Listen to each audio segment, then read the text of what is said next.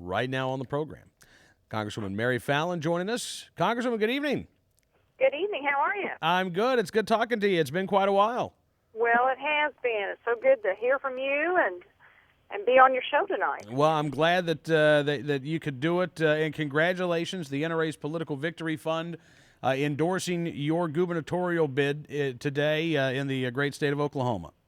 Well, I am so honored to receive the endorsement from the National Rifle Association. It means a lot to my campaign, and of course, you know, I'm a staunch defender of our Second Amendment freedoms, of our law-abiding Oklahoman gun owners, and having those rights and preserving and protecting those gun owner rights are very important to me. And if I'm fortunate enough to be elected governor of the state, I will continue to support our Second Amendment.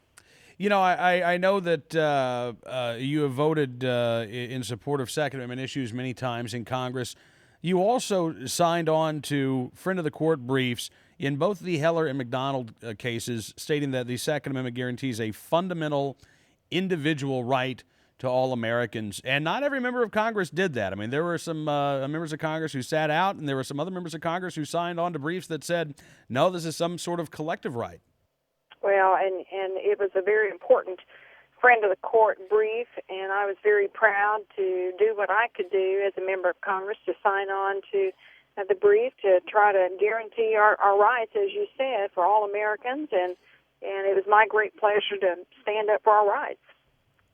You know, in Oklahoma, we have, I think, already really good gun laws on the books. That's one of the things that I think we're very lucky to have in Oklahoma, and I know that when I lived there, I certainly benefited from that. But, you know, those rights can go away, and we also need to make sure that those rights are secured, are protected, and are enhanced.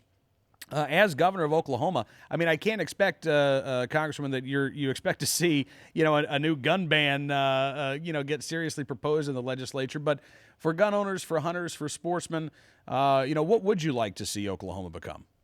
Well, I think Oklahoma is very fortunate to be one of the most pro-gun, pro-hunting, pro-sportsman shooting, and Oklahoma is just a state that loves gun ownership and supports the Second Amendment, as I said, and supports gun rights. And, you know, I'm a hunter myself, and so I appreciate the freedom and the liberty that we have to be able to hunt, to be able to do sport shooting also. I'd love to shoot sporting clays, and I think it's one of our most important freedoms that we have in our nation. It's certainly very important for our country, for just even the national defense, protecting our Constitution, the rights that are guaranteed under our Constitution. So as governor, I will always do everything I can to protect, like I said, our Constitution, our state's rights, and protect the wonderful freedoms that we have as gun owners and certainly as a nation.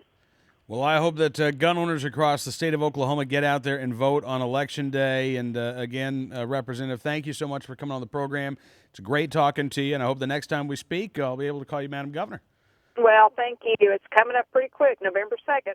Absolutely. Thanks again, Congressman. We'll talk to you soon.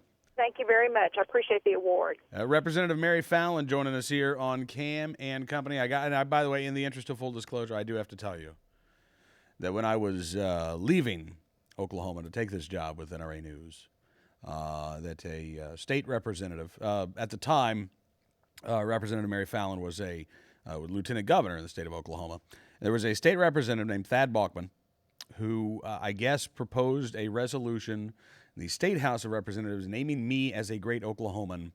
The resolution passed, not without some dissent, mind you, and Lieutenant Governor Mary Fallin signed that proclamation, which I actually have at home. So I just, in the full interest of disclosure, wanted to let you know the story.